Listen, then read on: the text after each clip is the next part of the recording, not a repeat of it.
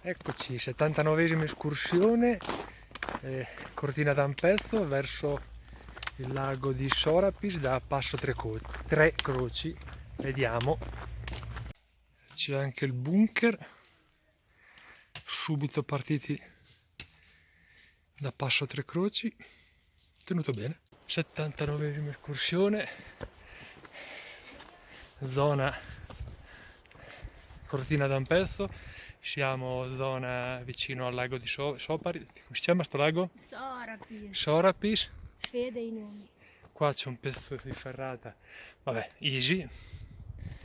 E via, siamo a 2000 metri, tempo da Dio, non ci si può lamentare. Sonia e la ferrata.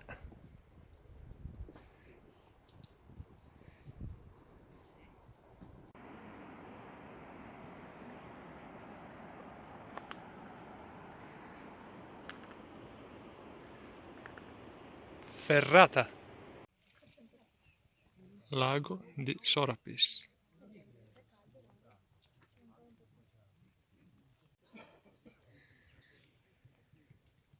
Montagne riflesse.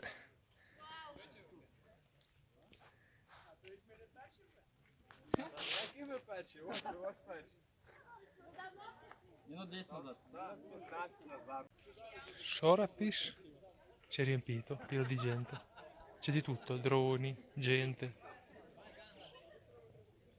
Percorso 216 verso Forcella Marcuoira,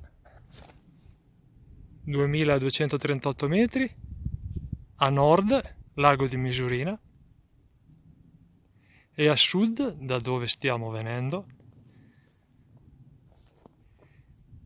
il lago blu di Sorapis.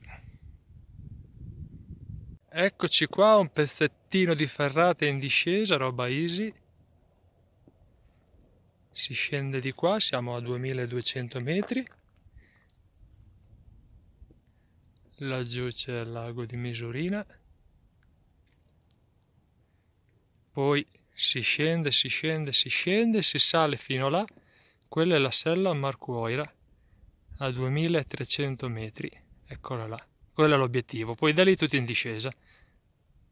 Siamo nel sentiero 216, dopo incontreremo il 213 e via che si va al Passo delle Tre Croci, da dove siamo partiti.